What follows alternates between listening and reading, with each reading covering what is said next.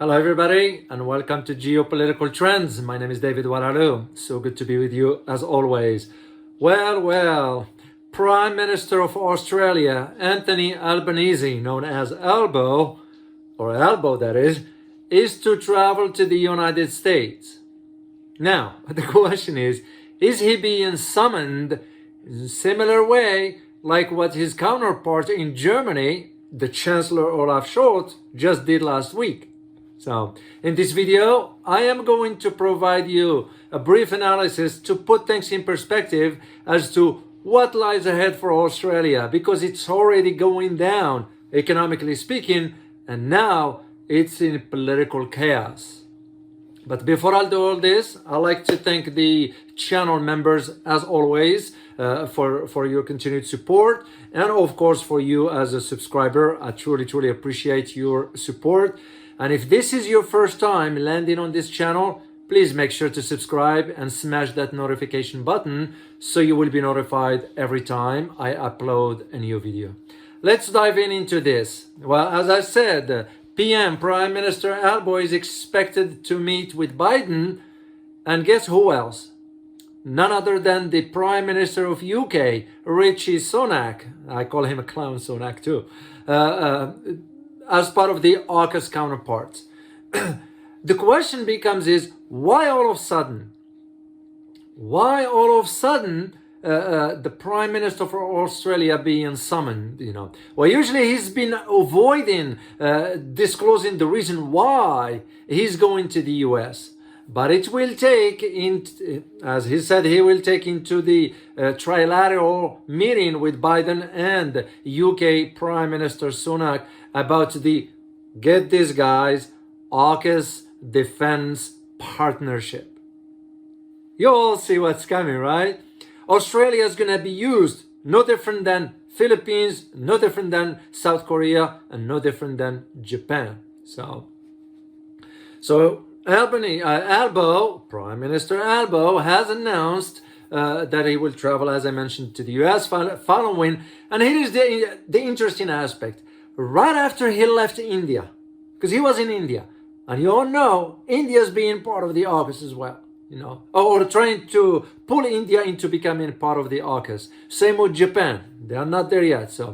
But following his India's visit, he announced that he will be meeting with President Joe Biden, who expected to host, Biden that is in Washington, will host Prime Minister Albo and Prime Minister comedian Sunak. So, as part of what the so-called defense pact. The question that we need to ask, and if I am to put my geopolitical analyst hat, is are they, meaning US, UK, and Australia, trying to take advantage of India? That is the key question that I will ask. Because all of a sudden, after Albo's meeting with Narendra Modi in India, all of a sudden he's dispatched to, dispatched to the United States. And this is exactly what he said prior to his departure to India. He didn't give any details. All he said, and I quote, because I got the quote for you here, "I look forward to the continuing engagement that I have with the US administration." End of quote. And this was issued by his office also. So the question that becomes, as I said earlier, is the US pushing Australia over the cliff? No different than what we're doing with Japan. No different than what we're doing with South Korea. No different than what we're doing with Philippines, And all of them are pushed under the umbrella of collective security, And by the way, guys, if you like this video so far, please make sure to hit the like button and subscribe if you have not done so. And thank you very much for your support. So here is the idea. Now that Australia is going to be dragged into accepting nuclear submarines from the United States and the UK in that case, how do you think China is going to be looking at that? What other countries in the region is going to be thinking? What Australia does not realize, and I am sure they do, but it just, the administration seems to be the leaders of Australia are kind of oblivious to the reality. They are either lying to the Aussies, or they are plain stupid. Because by embarking on this nuclear submarine technology, they are putting a target on their back. Should there be a conflict in the region, and they will sort of side with the US against China, we all know what the outcome is. So here's the thing. The United States and the UK have agreed to provide Australia with the technology to deploy, get this guys, nuclear power submarines. And yet, they have not said how. They have not said exactly how the capability will be transferred to Australia, which does not have a nuclear propulsion industry to begin with. So first of all, how can they afford that? The affordability is going to be an issue. That's why they got tensions with France, because they screwed France over the contract of $1 billion or so, something like that. But Australia is not equipped for this.